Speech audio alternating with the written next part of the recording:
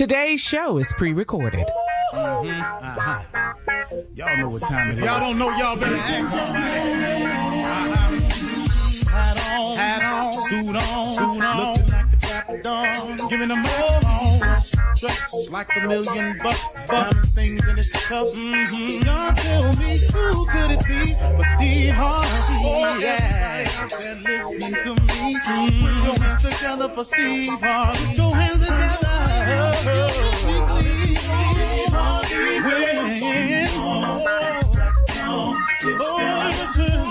Harvey, why don't you join? Yeah. Steve Harvey, get on, y'all. Better give me some eggs while I listen to Steve Harvey. Yeah, join me. Come with me, help me say. I'm so afraid to go home. You gotta.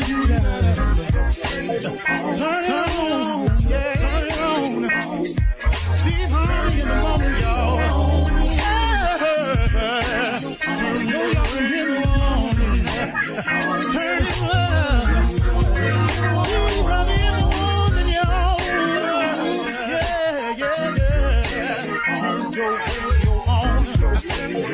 You gotta turn your radio on.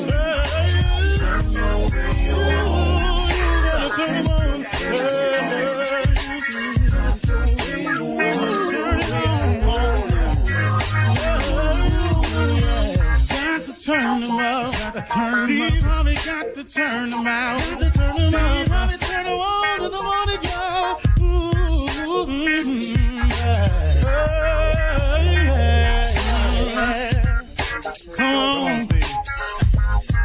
Come on. Do your thing, Big Daddy. I sure will. Good morning, everybody. You're listening to The Voice. Come on, dig me now. One and only. Steve Harvey got a radio show. Man, if I had time enough to tell the whole trip, the whole journey, then y'all would be sitting up in there going, okay, Steve, are we going to play the show this week? But man, it's been a lot of amazing things has happened to me over the years. And not all of them good. It's been some amazingly bad things that have happened too.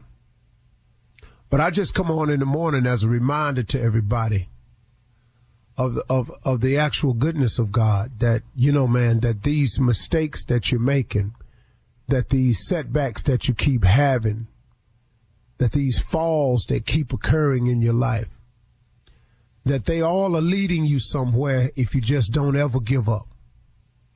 That's the key. You can never, ever give up, because you don't know how the trip has been laid out for you. You know, if somebody had told me years ago when I had the dream of being on TV, and then I thought about being one of the best comedians I could be, you know, when I started, if somebody had told me everything that was going to have to happen in order for me to get there, I would have changed it. I would have said, okay, well, I ain't going to be that. How about this? See, and no one can know all of the events of their life ahead of time. You know, it'd be so nice, wouldn't it? You know, to prepare for it, see it coming, be aware of the haters, always knowing when the backstabbing moment is coming in your life, always knowing when you're going to get blindsided by the enemy. It would be really great to know that, wouldn't it? Well, that's not how it works. So, since no one knows exactly the challenges and the pitfalls and the detours that's going to beset them, it's imperative that you just don't give up. Because, see, knowing these things, we as human beings by nature would choose another route. But it ain't the route God got for you, though.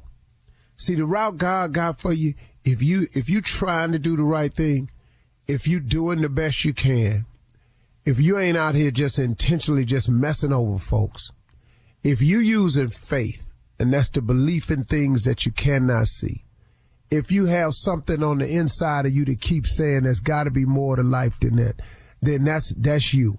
You, my friend, have a great chance here. And if you've ever had that feeling and gave up on it, just get it back. Just ask for it back. Just say, hey, man, I'm getting back to the way I used to be. Because there's a change that's available in your life, but you got to take it. You got to take a shot at it, folks. There's a chance for you to get it right, but you got to take a shot at it, folks. There's a chance for you to turn this whole thing around with God's help, but you got to take a shot at it. You. See, this decision is yours. The decision to lay down and give up, that's yours. It ain't it just got too hard for me, life too much. Man, life hard and too much for everybody. What I got to get you to see, my father used to always tell me, he said, son, best lessons in life, the one you'll value and learn the most is a bought lesson. I didn't quite understand that being young, but I sure got it now. Ain't no lesson like a bought lesson, the one you pay for. Those are the ones that hold to you, that stick to you, that start turning you into who you're going to be. Those are the character builders.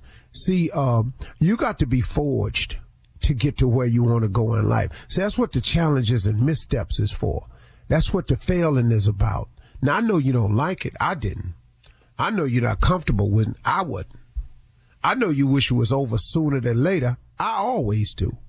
I always want it to be over sooner than later, because the later, man, it just seems like it's so much I got to go through. But let me tell you something, man. If you can forge your way through it and understand that you are forged in life. I don't know.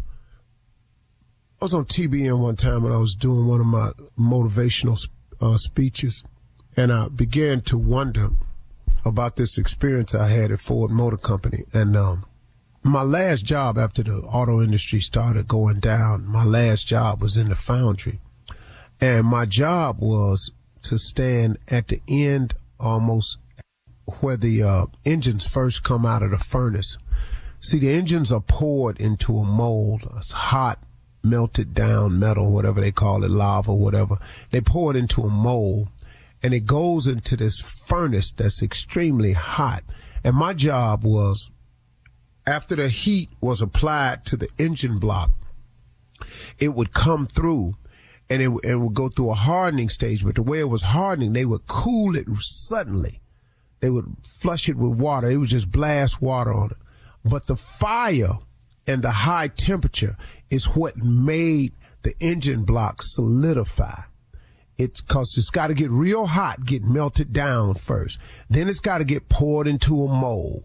Then it's got to be pressure hit with water and all of this.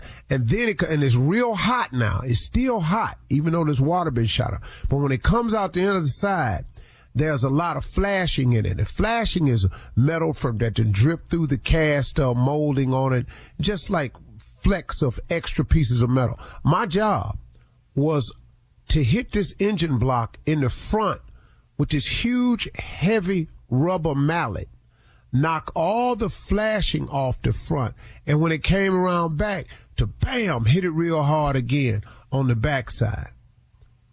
And that became the core of what the car is. A car without a great engine is nothing. It's just a pretty looking vehicle over there.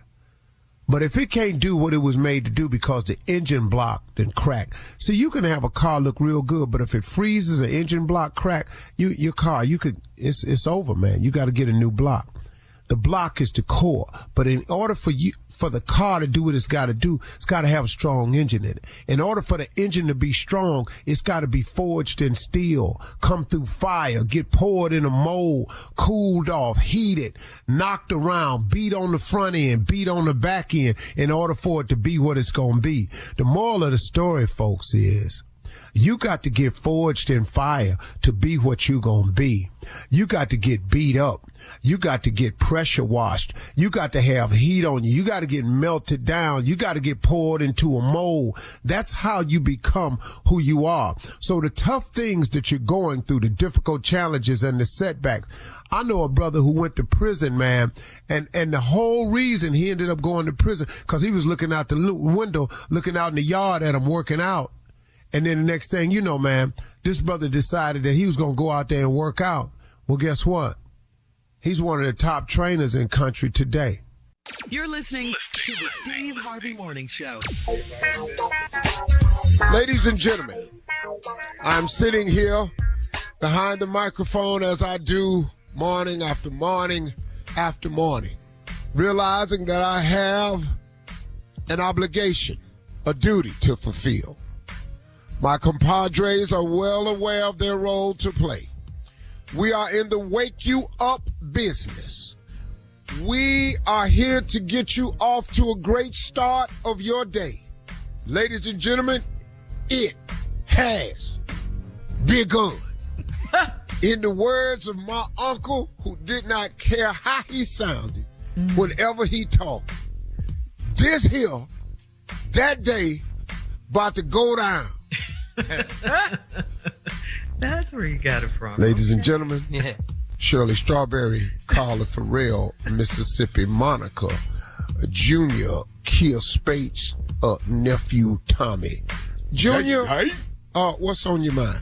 Let me just say, we all been through this, This is something that's kind of bothering me when people just get to say what they want to say to you, and we can't say nothing back. Like somebody just told me a couple of days that I don't do enough. Okay. Now, with everything you got going on, is it okay to say how you feel since they've expressed how they feel? Oh, yeah. I've learned how to do it even with bloggers. Yeah. Yeah. My kids taught me something that I didn't know, because I was building up a level of frustration because, I hear people talk about me and they don't even know me. Yeah. They ain't in my face. And normally, this is how I really handle it, Junior. I give less than a care about really what you're talking about me, because most people who talk behind my back is because they behind me. Let's be clear about that. Yeah. Okay. Yeah. So I'm over that, but there are times, I must admit, when the human side of me takes over and I want to say something back. Yeah. I have found a way to create a dummy account. Wait a minute. A fake screen name. And I come to my own damn rescue whenever I feel like it. Yeah. It's that one that makes you upset. That makes you I done said some stuff back to some people. I've actually said, I know Steve. I know him. Yeah. And what you saying is a lie. Yeah. You defended him. Yeah, and then I go on their page and see a picture of them, and I do something very descriptive about their way. You chip tooth, bubble nose, big lip, horse looking, trigger name, hawk ass, and then I throw something violent like that, and I get it off my chest. I feel better. And then you can go on with your day. Yeah, All right. We're what going to go on with our day. Yeah. Because I don't know what the question was. I don't know. But it was a really, really feel great like answer. you ever feel like saying something back? That's what I asked. never mind the question, Steve.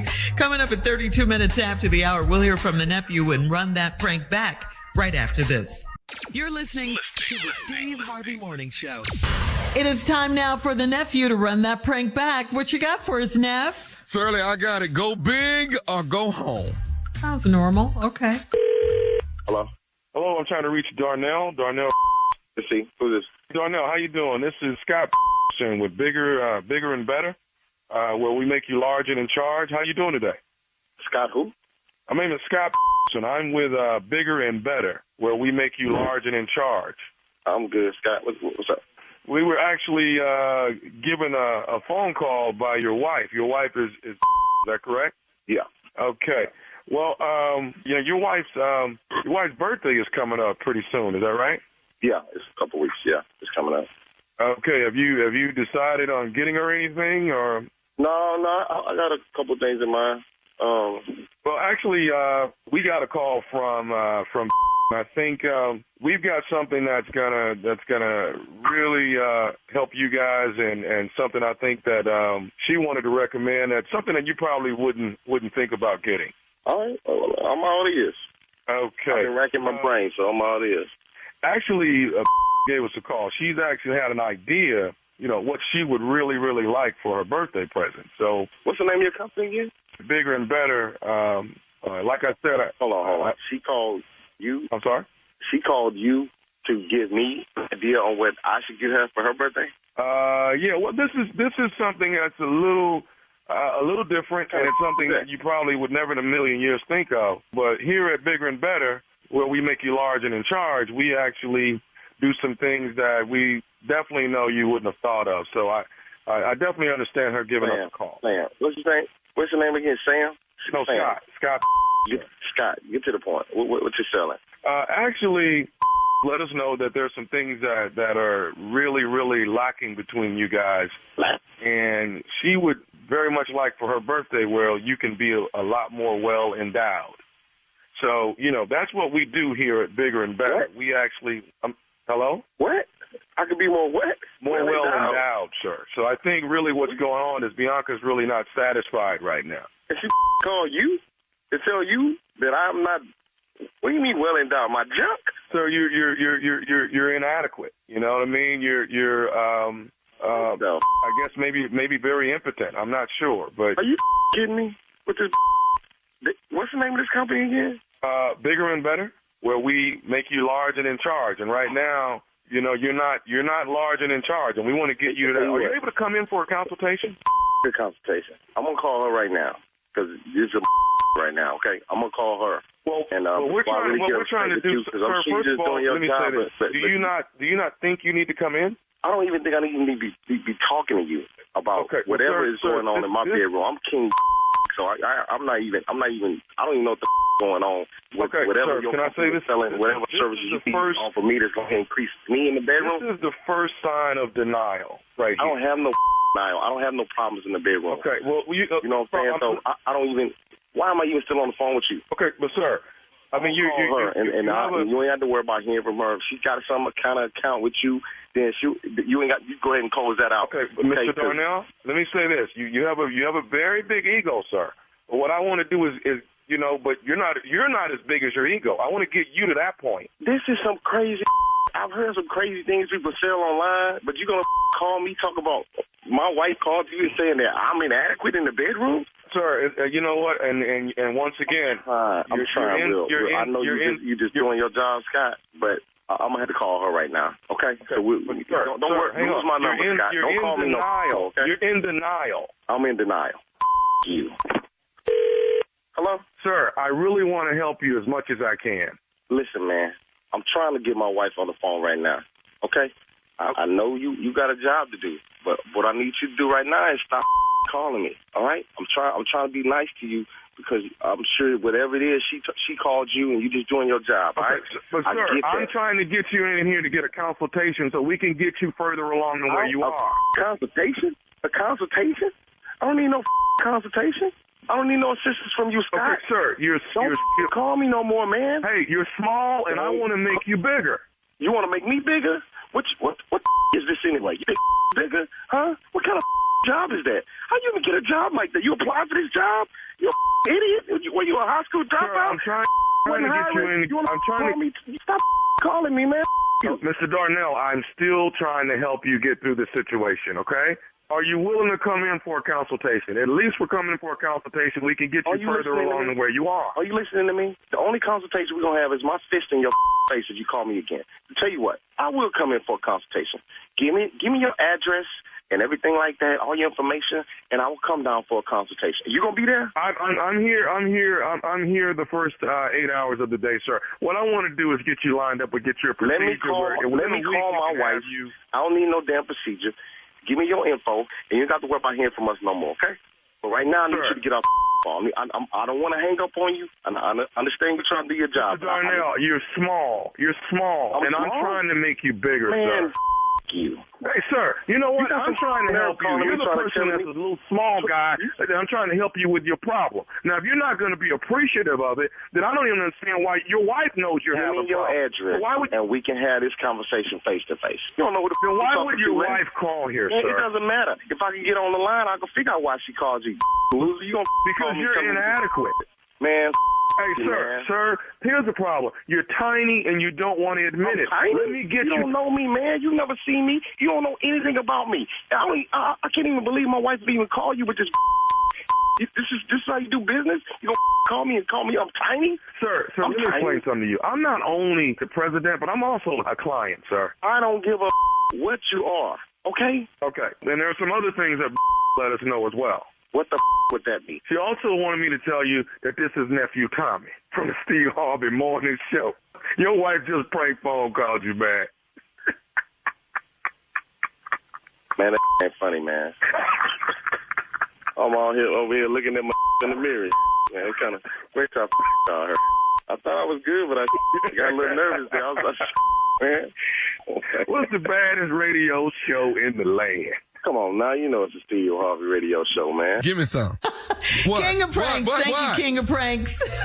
Coming up next, it is Ask the CLO. You're listening to the Steve Harvey Morning Show. It is time for Steve's favorite segment, Ask the CLO. All right, CLO, Chief Love Officer, ready for your love questions. This one is from Lisa in Chicago. Lisa writes, I've been married for 1 year, and my husband is henpecked. If I don't do things exactly like his mom does it, he's all bent out of shape. His mother comes by often, and they love to joke about me, and his mother tries to tell me how to organize my kitchen and what type of food her son likes. I don't want to get into any argument with her, so I'm praying my husband or my father-in-law intervenes. If not, should I tell his mom to shut the heck up? The only way to get your husband to intervene is to make him aware of it.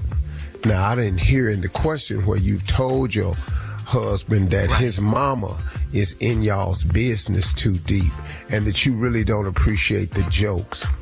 But you are married to a henpecked man. You're married to a mama's boy. And it ain't gonna change unless he gets cut from the apron strings. The best way to cut a man from the apron strings is to go on and let him tie himself up with his mama's apron strings and untie him from yours. Ooh. In other words, sleep with your mama. Next question. Moving on, CLO.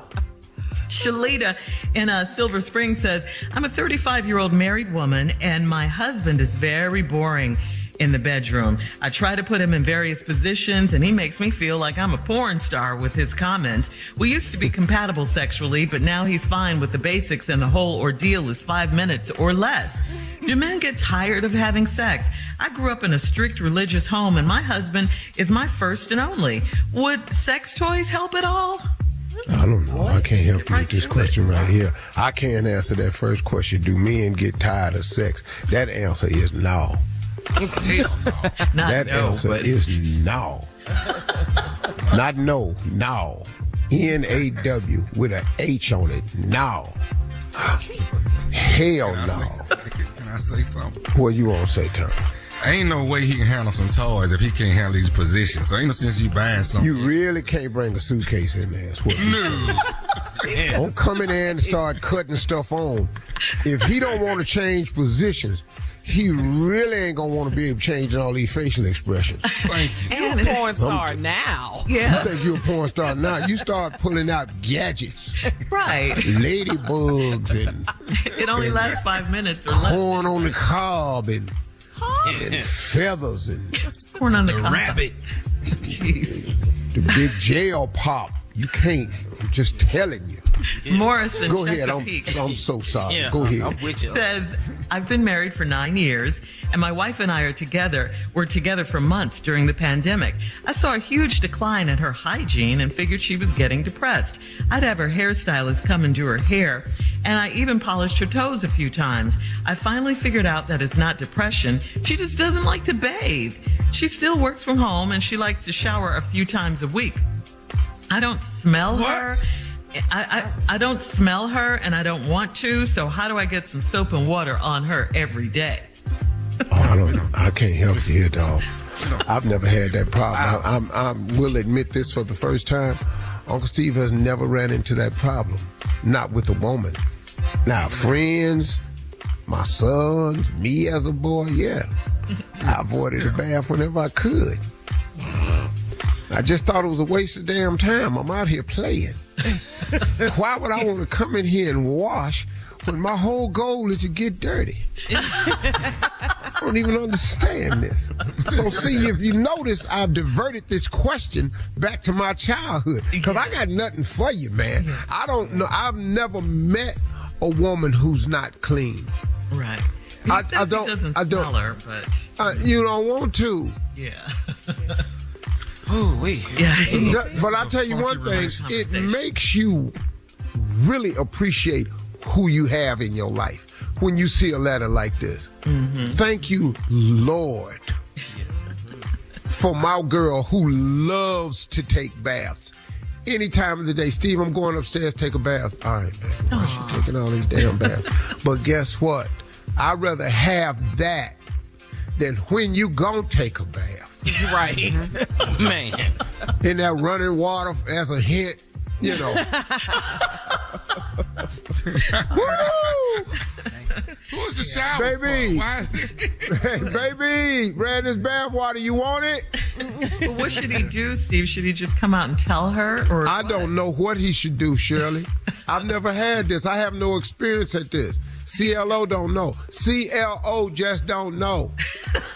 But, well, can I just make a suggestion? Oh, here we go. I'm just thinking maybe when y'all go by the car wash, just say, baby, can you hop out and go on through there first? That's soap and water right there. We just need to see if we can get in. Just let the window down, Junior. Just let the window down. Let that brush come through there. Just something come through. Might be. Yeah, he needs to have some sort of conversation with her. All right, moving on. Benita in Charlotte says, I'm a single mother, and my parents help me out with my daughters so I can have a dating life. In order for them to babysit for me, they make me bring the man to meet them first. I'm 29, and I don't have any friends my age that will babysit, and I can't afford to pay a sitter.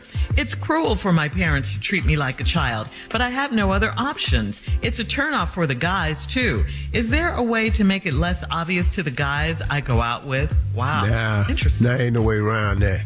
Mm-hmm. You know, and I know your mom and daddy old, because your name Benita. But she's only 29. Ain't no more Bonitas, though. And 29, Bonita. Bonita at 29. That ain't last time I heard that one right there, dog. How long? So, your mama and daddy is Herman and Celestine. Now, they sitting at the door waiting on Dante to come and meet Herman and Celestine. Well, look at here. So what you do for work? These is old people questions. Okay, come on. Yeah. So what you do for work? Well, I'm a computer analysis. Computer. Yes, What you ain't want to get into nothing that stay with you? Heating and air? You know, Stay with him. mechanic or something, you know. Something you can put hang your hat on. Working on a computer, poor the people ain't got no computer. What you gonna fix then? Everyone has computer, sir. Celestine, we got a computer in here. Celestine said we ain't got a computer. We just got a microwave. Can you fix that? Because that's been out. See, that if you had a skill set, you'd be on to something. We gotta go. Yeah, she can't bring none of her men over that old ass house. Thank you, CLO. You're listening to the Steve Harvey Morning Show. All right, it's time for something funny, Steve. We want you to try and help people get their next job simply by crying, okay? I'm going to tell you what this is all about. It says breaking out some tears may help you land your next job. During a job interview, you definitely want them to remember you, and it turns out a few tears just might do the trick. While you may think that crying during the interview process would blow your chances of getting a job, there are some people who say it actually works wonders. So, okay, well, let's go then. Okay, we're in a job interview. So come on, you Tommy. and Carla are interviewing me. Oh, Tommy. Oh, I thought Tommy. Yeah, let Tommy interview you. Yeah, okay. And so let's go and let's start the interview. Here we go. Well, good morning, Mr. Harvey. How are you today? Hi, how are you? Mr. How are Harvey? you, Miss Strawberry? Mr. Miles, thank you for having me. Such an opportunity. All right, so Mr. Harvey, let's get started. I wanted to ask you, what exactly, what makes you qualified for this job? Well, having had several jobs before that gave me the experience of the exact thing that you folks are looking for, that's pretty much made me qualified. And, you know, everybody that I've ever worked with have always said I was really just overqualified.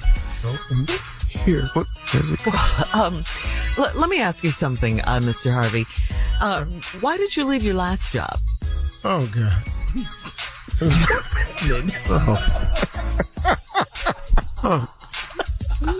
It's just What happened? so difficult that you brought this up. Yeah. Oh, God. Do you need a moment? I was there for 16 years now. Oh, really? And, you know, they just came in and they just closed it. I mean, they just shut the doors. Well, I was in the parking lot when it happened. I was standing there and it happened. The chain out. What? Got the chain. And put the chain on the door. Are you crying, Mr. Harvey? No, I'm not. It was just so traumatic. I just chained the door. It's a job interview. Compose Mr. Harvey, let me jump in here. Okay, I just baked cookies days before. They were all in there. I'm so sorry. Go ahead, sir. Tommy. I wanted to ask you, Mr. Harvey, you know, a job like this, you're going to be working with a lot of people. You're going to be doing a lot of interacting. You know, do you have the skill set to actually interact with other people? Yeah. Excuse me? Yeah, I've interacted. Quit slamming the damn door. I'm sorry. This doesn't take much. We see. Yeah. I interact with people from time to time. You know, just talking about it sort of gets me. You know, other than that, I'm fine with other people. Well, Mr. Harvey, this is a sales position we're looking to hire you for, and we just want to make sure that you're the right person. As Thomas mentioned earlier, you have the right qualifications for this position. You have to interact with people. You have to sell our product, and, you know, people buy you first before they even buy the product. So I just want to make sure that you know, this little crying thing I hear, it's not really. Listen, wait, hey. Oh, geez. I don't cry. Wait, I got a question for you, Mr. Harvey. What are your But I don't just cry, you know, all the time. Sounds like you do. I'm out of work. I'm crying because I'm out of work. Yeah, there's no crying at work. No, I'm not here yet. If you hire me, I can stop. You would cry too if you wasn't working.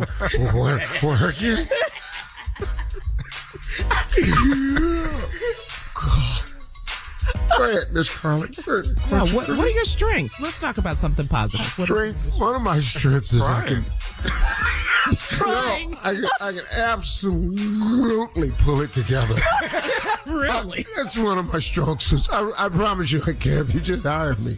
You just give me the job, you'll see. It's like instant. If someone would just say, you're hired, I can begin to show you.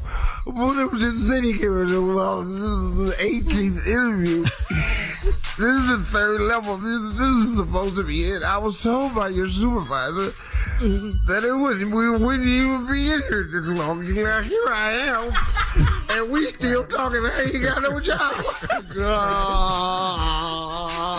Well, that's why it's called a process, Mr. Harvey. A process. Yeah. Oh, Father. The interview process. Lord, I suffer. Oh, Jesus. Oh, Jesus. Tommy, you got any more questions? Hire him so he'll stop, please. Well, let's evaluate Miss Shirley Strawberry and Carla. Do you think we have the right person for the job? Well, How about we let this person sell themselves in 30 seconds to us? Okay, yes. That sounds good, too. Yes. So, Mr. Harvey, could you sell yourself for 30 seconds to us, please? Okay, hold up. You need a moment? You want to go out? Yeah, just let me know in the 30 seconds. okay, and you can start now. And now. And I believe that I'm extremely qualified for this position due to the fact that I'm probably the most experienced candidate that you'll meet from time to time. I've also discovered that I have several traits that this company's lacking, and I can be a most fulfilling factor in developing the absolute direction of your firm and your company. I will 10 be seconds nothing left, sir. but an asset, and that is why I think I should have the job. Okay. Well. All right. He said a mouthful right there. No tears. Okay. If you're asking me, I would say he's hired. Oh, God, look at you. You're listening to the Steve Harvey Morning Show. All right, time for another round of Would You Rather. Let's get right to it. Would you rather have an extra hour a day? And if you had that extra hour, would you rather spend it sleeping or having sex? Pete. Oh, come on, Shirley. We already know. We already know. What are we talking about? Just sleeping with the person, or would you be rather having sex with that person? Well, when we get through having sex, we're going to be asleep. So I'm going to get both of them. Steve? There's no way I'm getting an extra hour to be asleep. So you get an extra hour to be unconscious. How stupid is that? But you always already talk know. about, you need more sleep. You don't always- sleep enough. You always hear me talking about people sleep too much. Yeah. That's what Right. you always hear me talking about. And I'd be damned if you give me an extra hour. I'm going to do it. Take my extra that I can press forward and be sleep. I can get up and see something else. Man, what? Junior? Sleep. Now, you just blew your time. I think all the men in agreement are B. What went up? What we gonna be sleeping for? Okay. All right. I ain't even got to have the sex. Just give me the extra hour. What? No, but you can only do those two things: sleep or have sex. That's it. All right. All right. During a quarantine, would you rather be alone with your partner or spouse Like during the that dude whole on the entire website B. time? Like the dude on the website B. Don't even know what it is. Don't even know what your options. I saw this one on TikTok one time. They asked that brother and said, would you rather be alone with your family in quarantine with your spouse and family, or B? B is, or would you rather be just alone with a TV? Just a TV. That's it. B. Your family or just a TV? What B? You pick B? Yeah. Y'all didn't go through this pandemic? Don't act I'm the it's only just one you went through this still going pandemic. through it. Don't act surprised about that answer. The TV? Hold on, ladies. Here we go. I'm gonna go with the girls on this one because I was already alone in the pandemic. Remember, he was tree watching. He watched the tree grow. Yeah, I need somebody in here. I heard my neighbor door open. I opened mine. Hey. What you doing? Yeah, that's me. Ooh, that All right. was rough. Would you rather, if you could only eat one food for the rest of your life, one food, Pizza. would you rather for it to be chitlins or cow tongue? I'd rather you get this question right. Come on, say it again. Yeah. Would you, if you could? It is right. I'd rather you listen.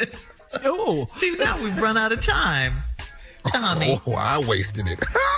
You're listening to the Steve Harvey Morning Show. Time to check Steve's voicemail. 877-29-STEVE. 877-29-STEVE is the number. All right, Steve, let's go to the phones. We got line 1, Carlton in Chicago. Hey, Steve Harvey and family. Carlton Murray. Loving you in Chicago, man. It's cold. that's it. Okay.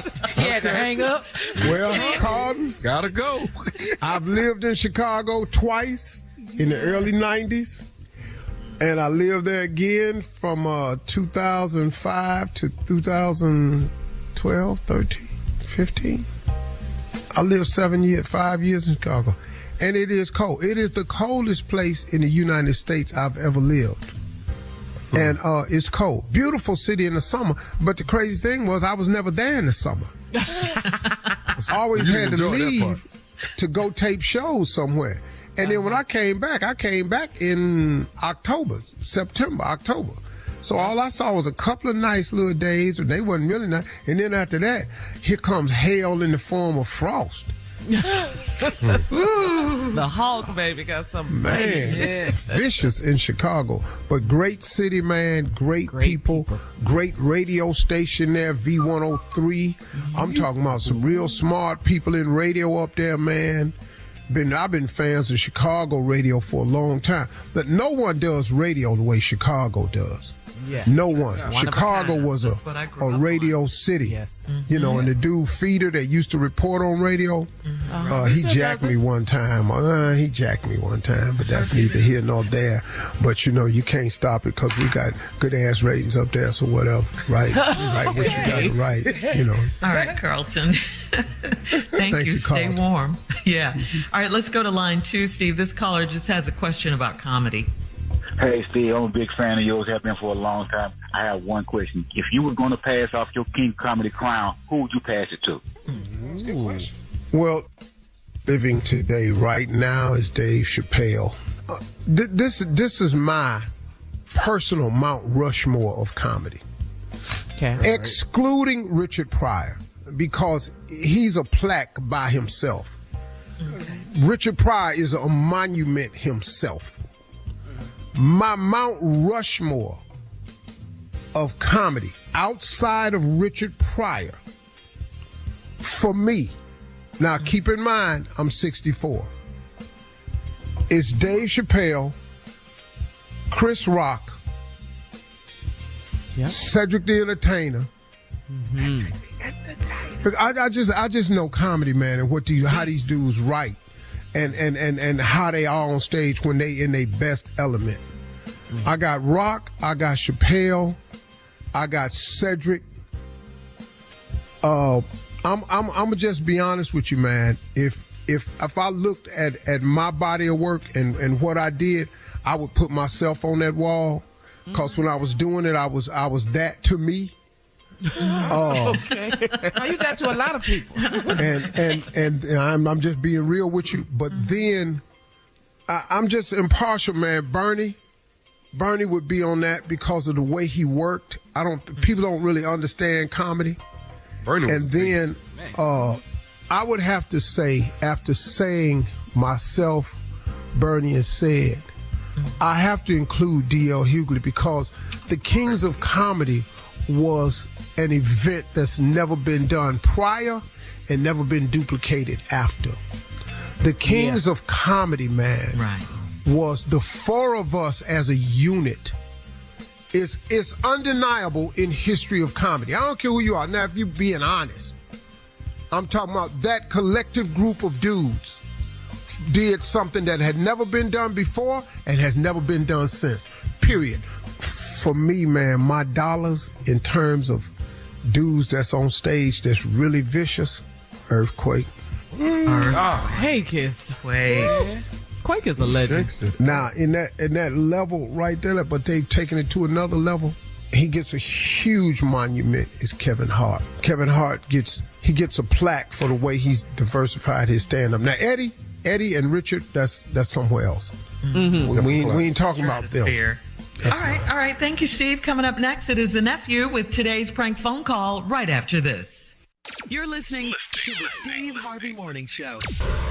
Coming up at the top of the hour, right about 4 minutes after, it's my strawberry letter for today. The subject, my boss wants to whip me. Uh-oh. We don't know what that means. Oh, you know what it means. You know doggone well what it means. And none of us wrote this, Steve. None of us. My boss wants to whip me.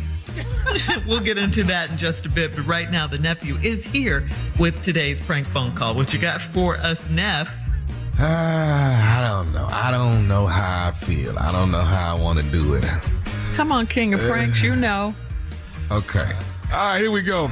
Pump your brakes, mama. Pump your brakes, mama. All right, that's the prank call. Pump your brakes, mama. Cat dog, if you would. Hello, I'm trying to reach Natalie, please. Yes, this is Natalie. Natalie, how you doing? My name is Darren. I'm with the Homeowners Association. Oh, okay. Hey, Dan. How you doing? Listen, we got a bit of a problem.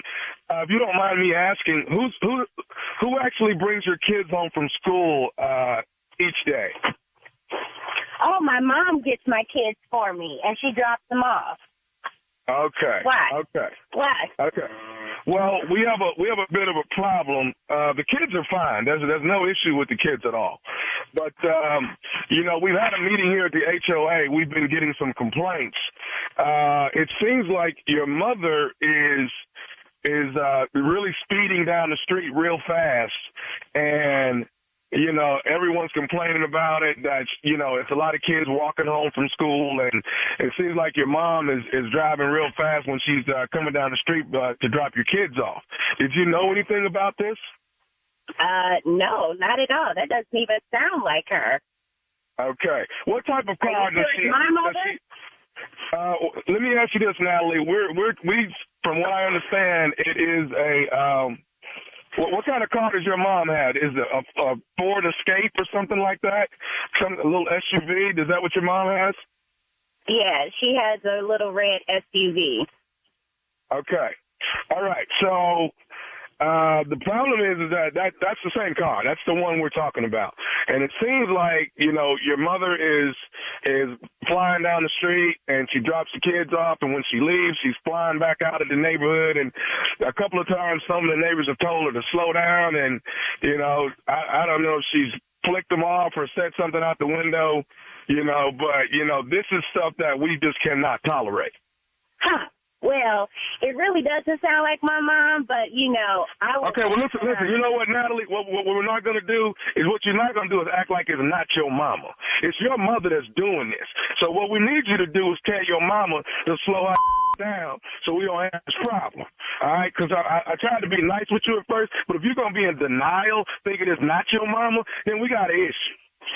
First of all, Darren from HOA, I need you to watch your tone and who the you're talking to, all right? I need you to calm that all the way down, okay, all right? I said that I would talk to her.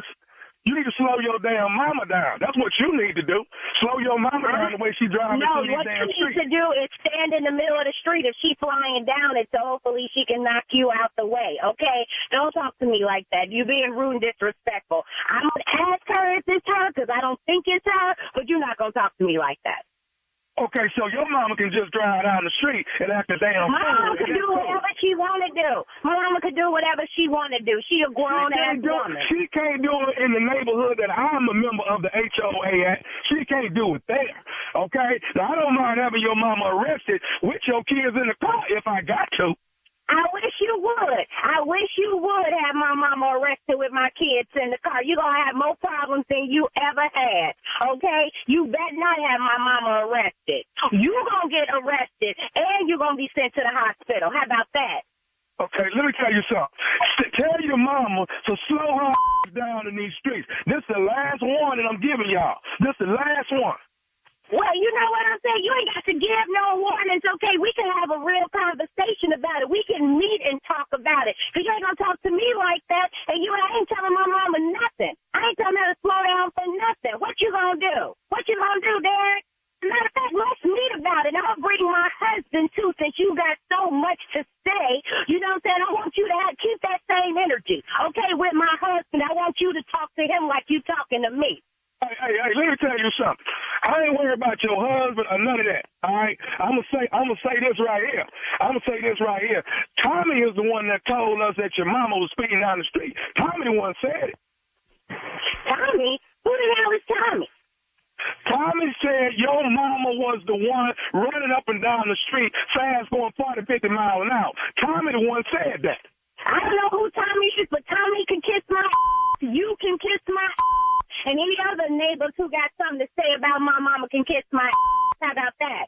Let me ask you this. Do you know nephew Tommy?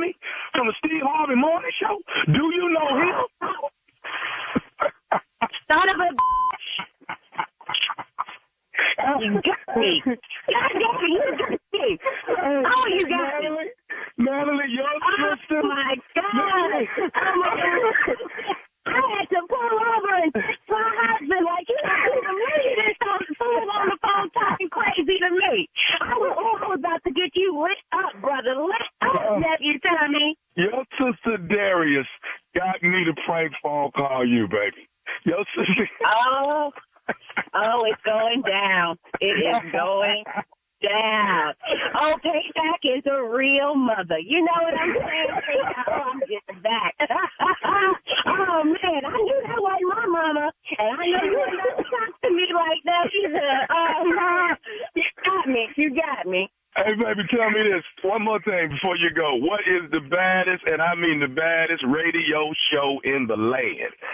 You know it's the Steve Harvey Morning Show. And tell Steve I said, hey, Miss Harvey be looking good. Ooh, wait. Yes, sir. Yes, sir. Your mama got to slow down when she come through here through the time for school zone, okay? Slow your mama down. Ooh, you can't talk about nobody, mama. You hear me? You can't. No, you cannot. You will push that button and send them into an orbit. Immediately. Yes. My mama can do whatever the hell she want to do. No, that's right. No. Your mama driving through here and flipping people off when she drive through here. You need to slow your mama ass down. That's what you need to do. That's what made her really mad when you said that. Tell your mama slow her butt down when she passed through here. Nephew Tommy and Friends, October 26th at the Hyman Center. That's Lafayette, Louisiana. The Hyman Center, Lafayette, Louisiana. Tickets on sale right now. Nephew Tommy and Friends coming to Lafayette, baby. Tickets on sale right now. What else I got? I got plenty, man. I got November the 9th. This right here. Hey, this is the Winston-Salem State University. This is a concert right here. Anthony Hamilton, Monica, hosted by yours truly, Nephew Tommy. That is Nephew Tommy. We are in Winston-Salem, North Carolina. Thanksgiving weekend. Thanksgiving Comedy Fest is me with my girl, Cheryl Underwood at the New Jersey Pack. Nephew Tommy, Cheryl Underwood, Finesse Mitchell, and Dominique. Yeah.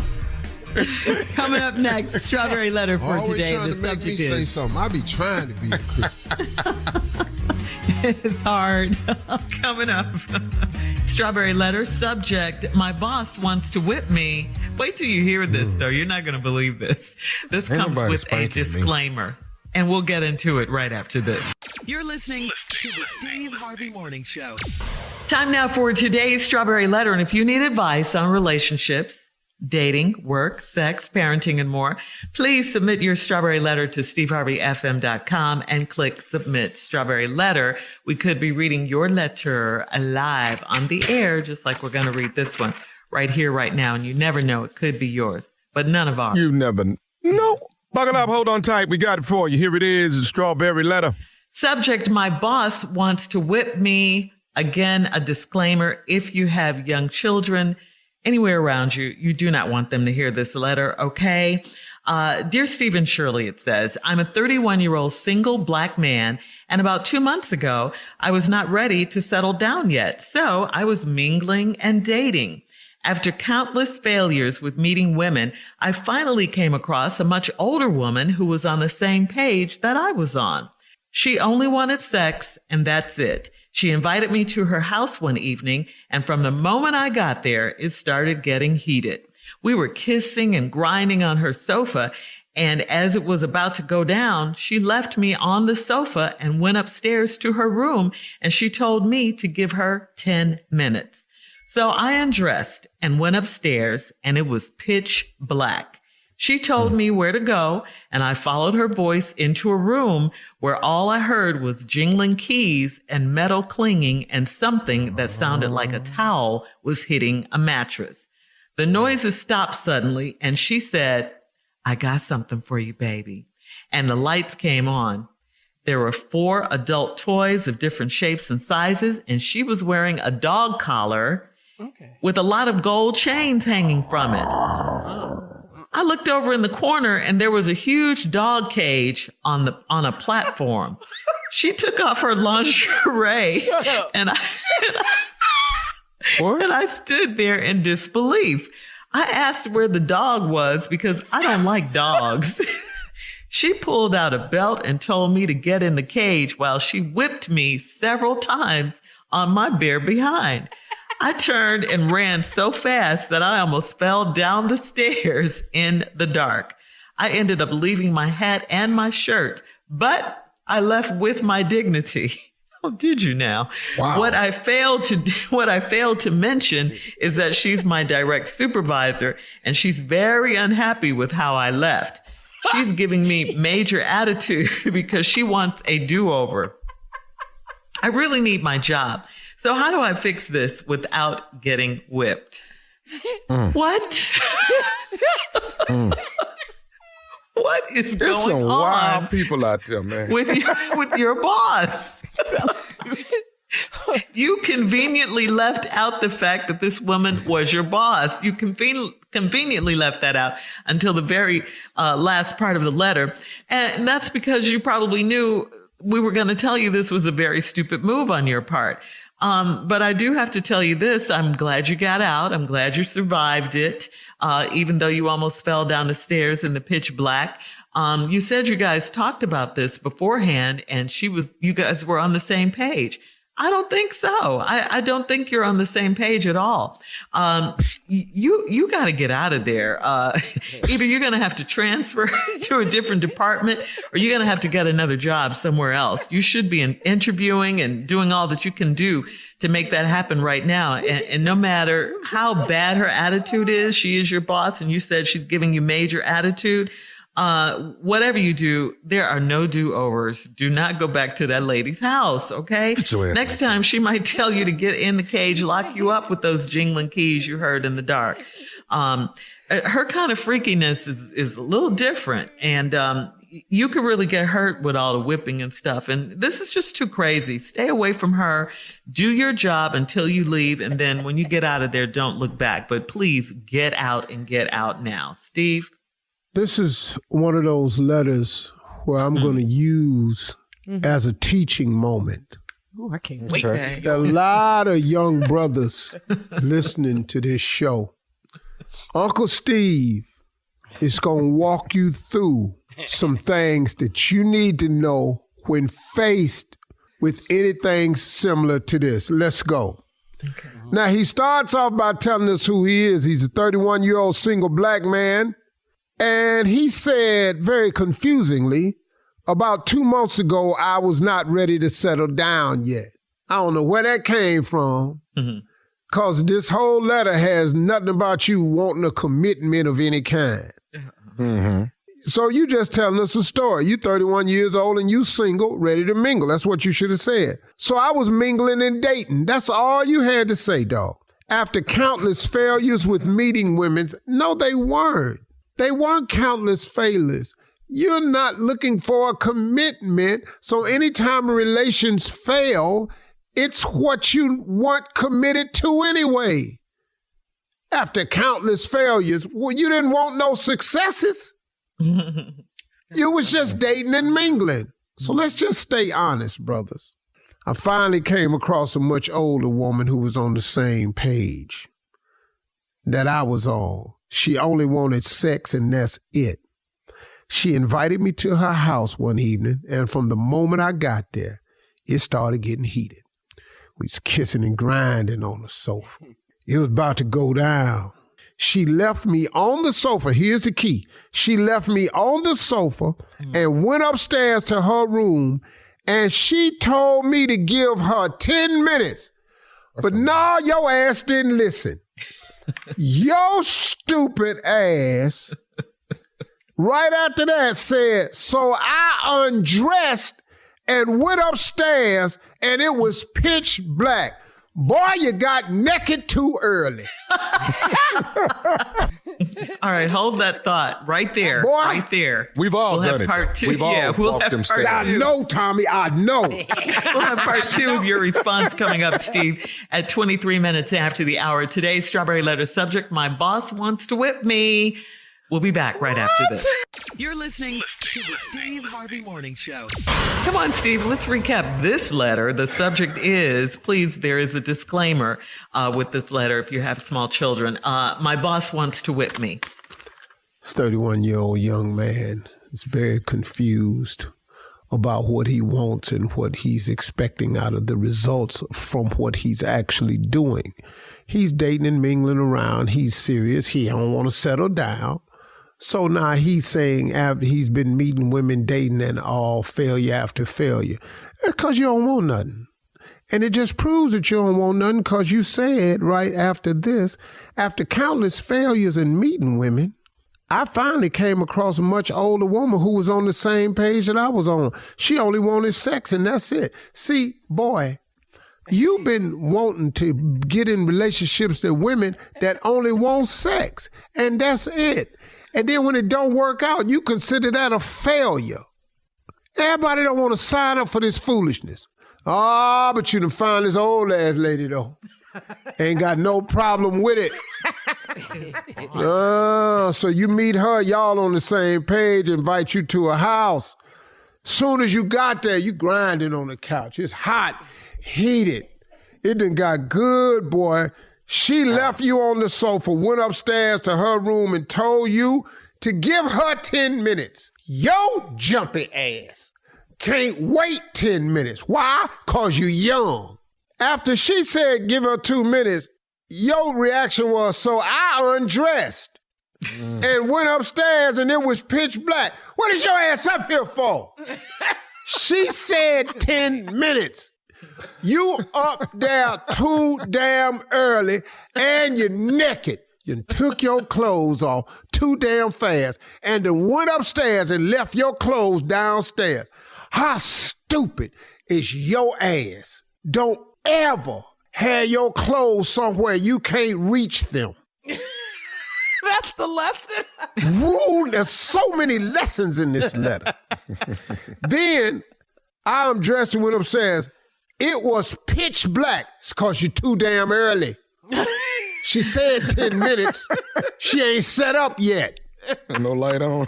She told me where to go, and I followed her voice into a room. Right here. Never be naked in the dark following voices. Stupid. What it sound I'm like? following the voice into a room where all I heard was jingling keys and metal clinging and something that sounded like a towel hitting the mattress. What? And you kept walking towards the jingling and the towel hitting the mattress and your ass naked and can't see? Do you understand how stupid you are? The noises stopped suddenly, and she said, I got something for you, baby. And then the lights came on. Dun, dun, dun. There was 4 adult toys of different shapes and sizes, and she was wearing a dog collar with a lot of gold chains hanging from it. I looked over in the corner, and there was a huge dog cage on the platform. See, I would have missed all this. Why? Because I'm old. First of all she'd have heard was from me downstairs. You ready? Been about 12 minutes now. What you doing? But all this, because of the unknown, I have my damn clothes on. Just in case she say something crazy from upstairs, I can get on out the house downstairs and never speak to her ass again. But no, your ass naked upstairs. School them, Steve. Nah, she cut the light on. You look over in the corner, it's a huge dog cage on the platform. On a platform? What the hell is dog cage doing up on the platform? She took off her lingerie and I stood there in disbelief. Probably because you naked. No, you're naked. I asked where the dog was because I don't like dogs.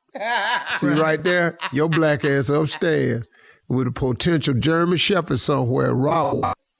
So now you in the cage, you looking over there at the cage, you don't like dogs, potential German Shepherd Rottweiler could be in the room, but now you in that ass naked. Now, the reason this ain't working out for you, fool, is because your ass is naked.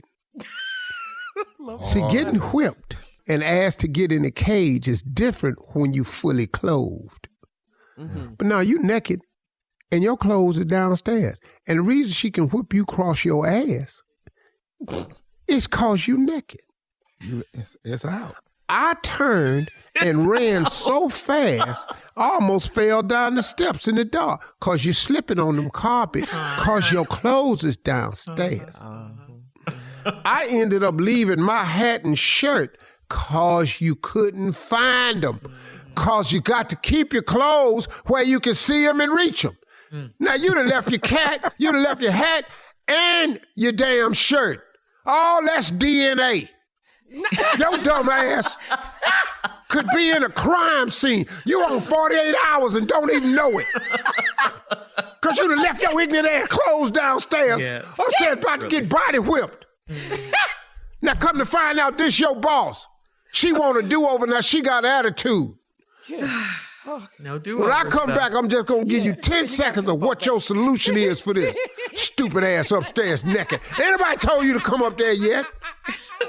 We'll be back right after 12 years an employee is what this is. You're listening to the Steve Harvey Morning Show. All right, Steve, right before we get to sports talk, you had a couple of more suggestions. Let me just close out. This man that been letter. upstairs naked with found out who was his boss, and she was whipping him while he was naked, told him to get in this big dog cage. And now he back at work, and the boss got an attitude because she wants a do-over. He really need his job, and he don't know how to handle this situation. So now let me explain something to you, young boy. You're going to have to give her a do-over. Oh, no. If you want to keep your job. No. Y'all shut up. You shut up, Shirley. No. You answered your letter. He 31. He can handle this. Go back in there, though. He can't. No, he don't go back in there. He got to get a do-over. He got to control this situation. The do-over is at a hotel. Okay. Can't bring all these big ass dog cages through that lobby. All these platforms and stuff. You gonna get your do-over is at the hotel. And tell her you bringing your own trunk of toys. And ain't gonna be no 4 adult toys of different sizes because you're gonna end up wearing something if you ain't careful. Now coming there with a velvet rope, some fuzzy handcuffs that don't click, a feather tickler that don't do no damage, that you can't push nothing. See, you gotta have your little sex toys have to have control on it. Yeah. And you can't have nothing in here with a battery on it. Why? Because that has switches with levels on it. That'll get out of control. Anything on high is going to be shocking to your ass. Can't let nothing have a switch on it that can go to high. High is dangerous. Okay. That's all I want. Yes, Carla. I have a question. What if on this do-over, she doesn't like it because she's still his supervisor? Yeah, so now what you happens? just didn't like it. I ain't who you thought I was. Now, you done seen me run out of this house once before. You already know I ain't up to who you thought I was. I'm scared of dogs. You got a dog cage. Then we're going to have a do-over, but I got a hotel. And I have everything in there. Now you can come in there, you can have attitude sex, that's all right. I had that before. This ain't what I wanted. Well, this all I got. Is this just one time we do this do-over, then that's it? Am I out? Well, if you do it and you don't do it well, she ain't gonna want to have nothing else to do with you, but at least you'll keep your job. Favorite letter of all time. It's hard to make naked decisions, though. It's hard. He was right. Steve was schooling him. He left with his dignity. No, I'm telling didn't. you. Nothing with a battery and a switch on it. He said he came in because things can get out of hand. Low, medium, and high. Because when you get caught more up... of the Steve Harvey Morning Show coming up top of the hour right after this. You're listening to the Steve Harvey Morning Show. So, I got to ask you guys, because we've all done this. What was your most embarrassing text that you've ever sent to someone by accident? We've all done this. There's nothing worse than you're writing a private text to someone, personal text, and sending it to the wrong person. That is why I do not do group texts. Yeah. So you don't, Shirley. You would not respond on a group text at all. Because I'll forget to turn it off. And Shirley's response comes back single. It is nobody else on it. And I know how to group text, but nope. So Junior, have you ever accidentally? Oh, yeah, you need to understand last names. If two people got the same last name, pick the right one. Yes. Because I sent a text to my sister, said, my mama get on my damn nerves. Sent it right to my mama. Oh, I get on your damn nerves. That's what I do? Yes. That's what I do? I should have known that. It was really, really a rough week that week. Yeah. It was, Junior. Yeah. Talisha Spates and Alicia Spates is really close. Yeah, they are. Ooh, that's close. Yeah, that's close. That's close. Yeah, and I spent Talisha. I should have, I was going for. Tommy, I know you sent some naked pictures to somebody before you were married. I know you did. Shirley, God, how do I paint this? Okay. Let me try to walk this thin line, though. Okay. Jackie was on her way home and said, find us something to eat. Let's see if we got something in there to cook to eat. And, this one, you just got your phone that take pictures and all that. So, you just trying stuff. I put myself in a hot dog bun with relish and mustard and took the picture. And called myself sending it saying, wait till you get home and get this foot long. And I hit send and did not know. Man, I hit the wrong damn Jackie. And it went. Oh. Wow. That was What do you that mean was not good. wrong, Jackie? No, you heard what he said, Steve. Yeah. Uncle the Steve. wrong Jackie. Get your nephew. Good God to mighty. You can give us the response back? He's still alive. That's good. That's a good sign. So what did the wrong Jackie say? Yeah. You got the wrong Jackie. And it was a friend of the family, Jackie. I was like, when you get home, you're going to get this foot long. You got the wrong Jackie. I said, God. But where did you find them baby hot dog buns? Shut up. They got him in the store, Steve. I've seen them at weddings. Shirley, don't go along with him. No, I've seen them at weddings, but I just didn't never know where to get them. At weddings? You talking about the mini? For Vienna sausage and stuff. The worst text I ever sent, about 5-6 years ago. And we in this group text, me, Rashawn, a couple other people, and the executive producer of the show. So the last text had came from Rashawn. Mm-hmm. So my executive producer is talking to me, and she's a woman. And she's right in my face. And she just talking to me.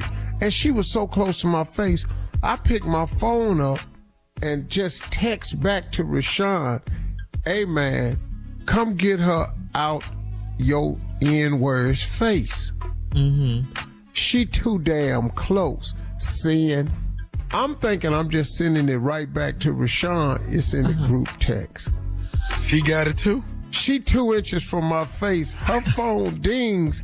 She looks at it and says, oh, really? Rashawn is running from the back of the bus trying to stop her from looking at the text. I don't know what the hell happened. It's too late. Dog, I sent that text about her. It was right. She was right there. I heard her phone go ding. I went, damn, she getting a text too.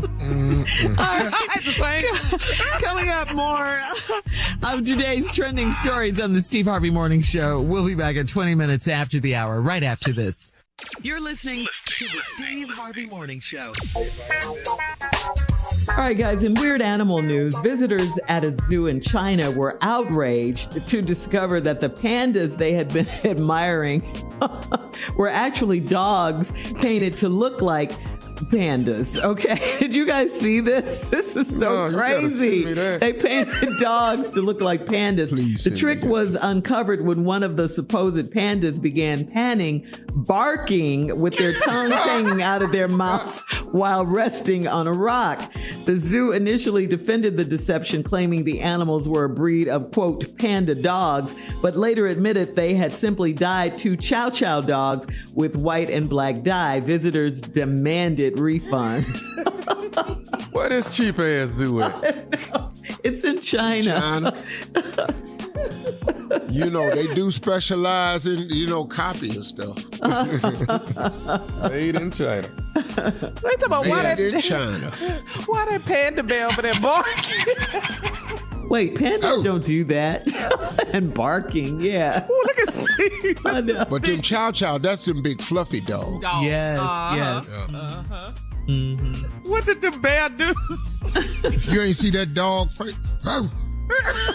But they looked like dogs, though, when you see the picture. Hey, man, somebody send me a picture. Send us the picture. Somebody was going, hey, dog, hey, man, did you hear that bear? All right. All right. Coming up at 33 minutes after the hour, we'll play a round of Would You Rather right after this. You're listening to the Steve Harvey Morning Show. All right, time for another round of Would You Rather. Let's get right to it. Would you rather have an extra hour a day? And if you had that extra hour, would you rather spend it sleeping or having sex? Pete. Oh, come on, Shirley. We already know. We already know. What are we talking about? Just sleeping with the person, or would you be rather having sex with that person? Well, when we get through having sex, we're going to be asleep. So I'm going to get both of them. Steve? It's no way I'm getting an extra hour to spend sleep. So you get an extra hour to be unconscious. How stupid is that? But you always talk about, you need more sleep. You don't sleep enough. You always hear me talking about people sleep too much. Yeah. That's what you always hear me talking about. And I'd be damned if you give me an extra hour. I'm going to do it. Take my extra that I can press forward and be sleep. I can get up and see something else. Man, what? Junior? Sleep. Now, you just blew your time. I think all the men in agreement are B. What up? What we gonna be sleeping for? All right. I ain't even got to have the sex. Just give me the extra hour. What? No, but you can only do those two things: sleep or have sex. That's it. Sex. All right. Yeah. All right. During a quarantine, would you rather be alone with your partner or spouse Like during the that dude whole on the entire website, time? Like the dude on the website B. Don't even know what it is. Don't even know what your options. I saw this one on TikTok one time. They asked that brother and said, would you rather be alone with your family in quarantine with your spouse and family, or B? B is, or would you rather be just alone with a TV?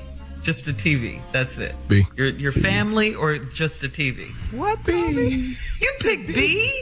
B, yeah. Y'all didn't go through this pandemic?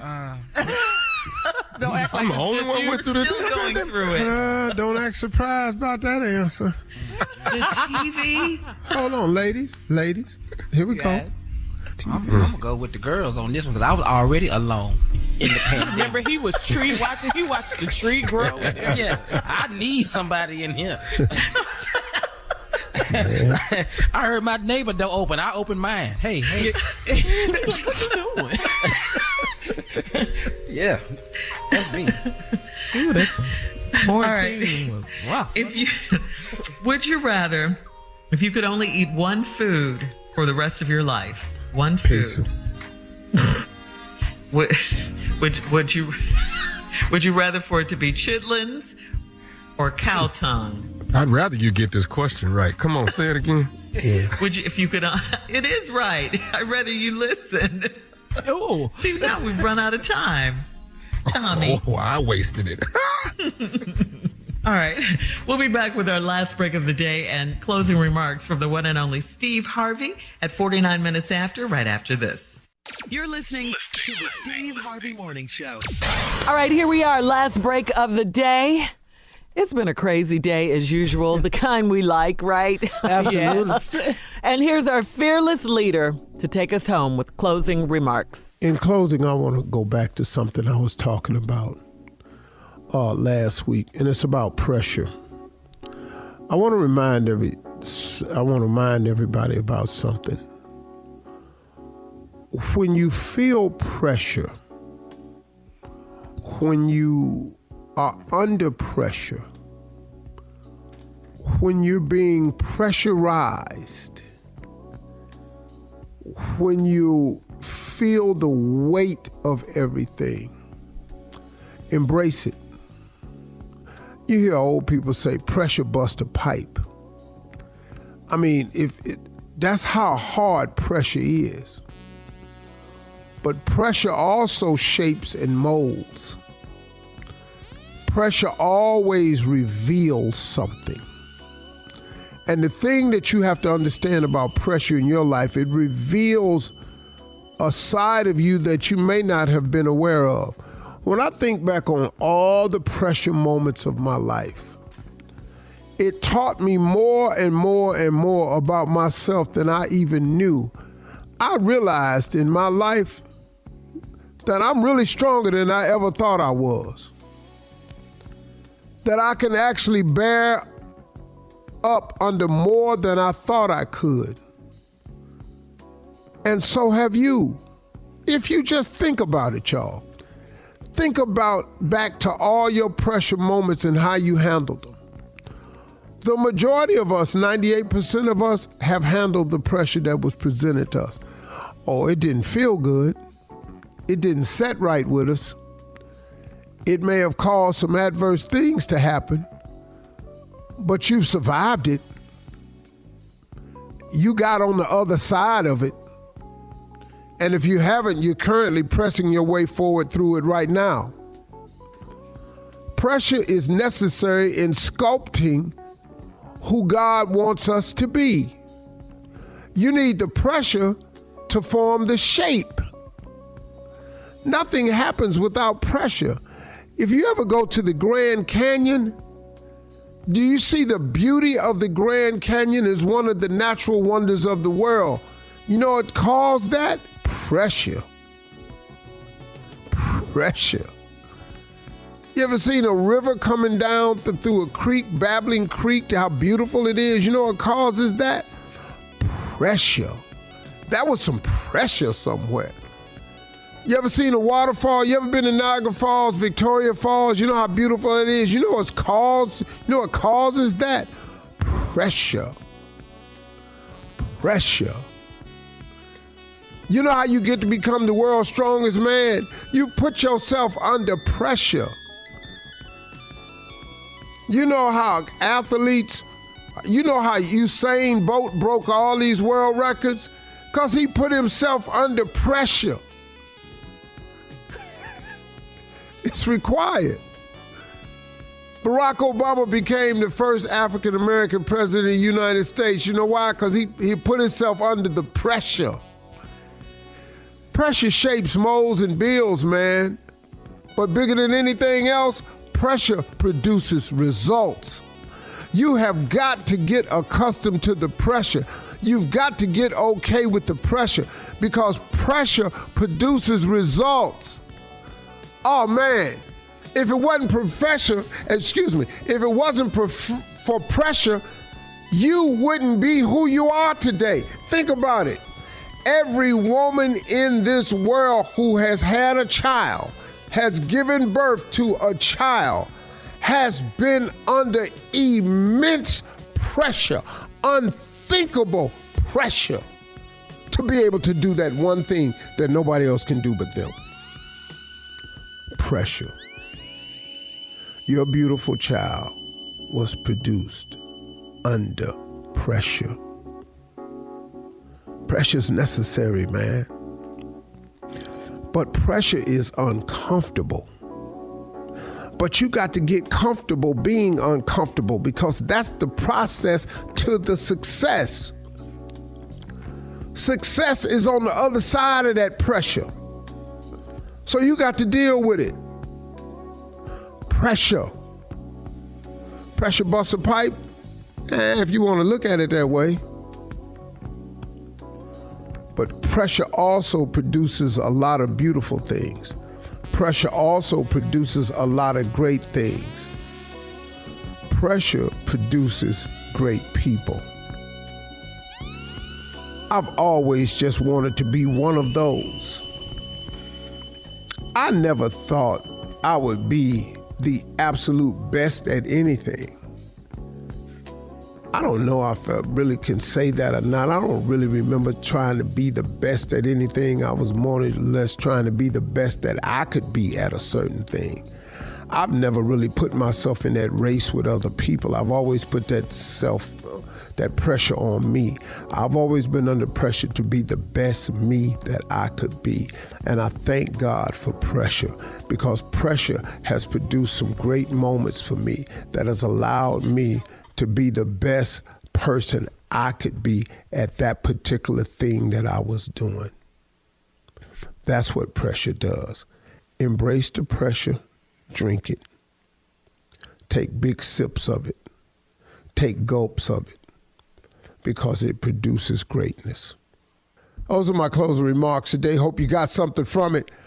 Y'all have a good one, man. Hey, look here. We'll see y'all tomorrow, God willing. Another great show coming. Thank you, Lord, for today.